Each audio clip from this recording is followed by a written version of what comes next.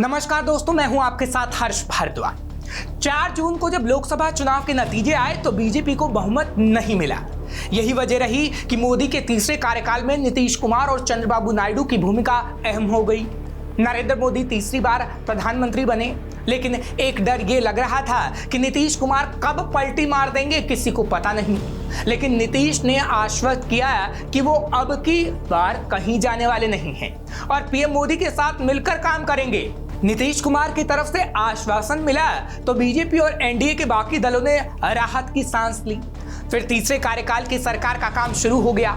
सब कुछ ठीक ठाक चल ही रहा था कि नीतीश कुमार पर एक बड़ी आफत टूट पड़ी, जिसके बाद अब पीएम मोदी और अमित शाह को इस मामले पर सोचना पड़ेगा, क्योंकि नीतीश कुमार को इस मुसीबत से निकालना बेहद जरूरी है ताकि आने वाले समय में बिहार विधानसभा चुनाव में अच्छे से काम किया जा सके और एनडीए को जीत दिलाई जा सके।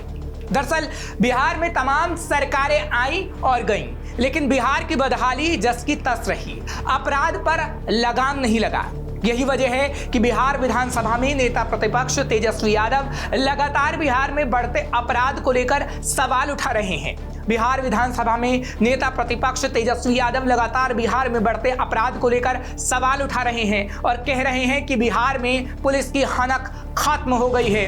तेजस्वी का ये सवाल जायज भी है, क्योंकि नीतीश की अगुवाई वाली एनडीए की सरकार में जदयू नेता भी सुरक्षित नहीं। पिछले कुछ महीनों में जेडीयू नेताओं को लगातार निशाना बनाया गया है और उनकी जान ले ली गई, जिससे राजनीतिक गलियारों में सवाल खड़ा होने लगा कि नीतीश की अगुवाई वाली एनडीए की सरकार में जदयू नेता भी सुरक्षित नहीं है।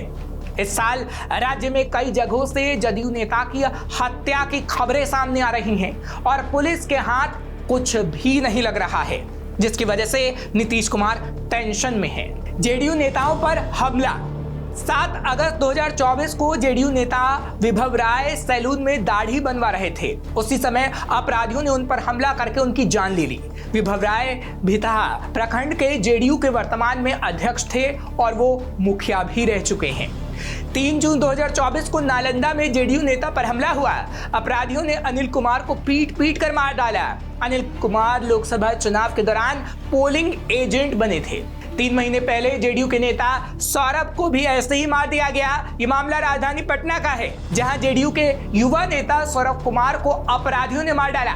सौरभ एक शादी समारोह से वापस लौट रहे थे, तभी बाइक सवार 4 बदमाशों ने उन पर फायरिंग कर दी, जिससे उनकी जान चली गई। अब पिछले कुछ ही महीनों में जेडीयू के नेताओं पर जिस तरह से हमले हुए हैं, उससे नीतीश कुमार की मुसीबत बढ़ गई है। एक तो राज्य की कानून व्यवस्था पर सवाल तेजस्वी उठाने लगे हैं, दूसरी तरफ खुद के नेताओं पर हो रहे जानलेवा हमले से नीतीश परेशान हो उठे हैं। उन्हें राज्य की कानून व्यवस्था संभालने के साथ ही साथ अपने नेताओं को भी बचाना होगा, क्योंकि कुछ ही महीने में बिहार में चुनाव है।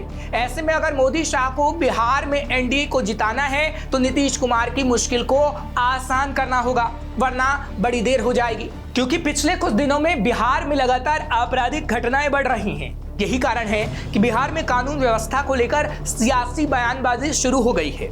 बिहार की नीतीश सरकार पर विपक्षी गठबंधन में शामिल राजद लगातार राज्य के कानून व्यवस्था पर सवाल उठा रही है।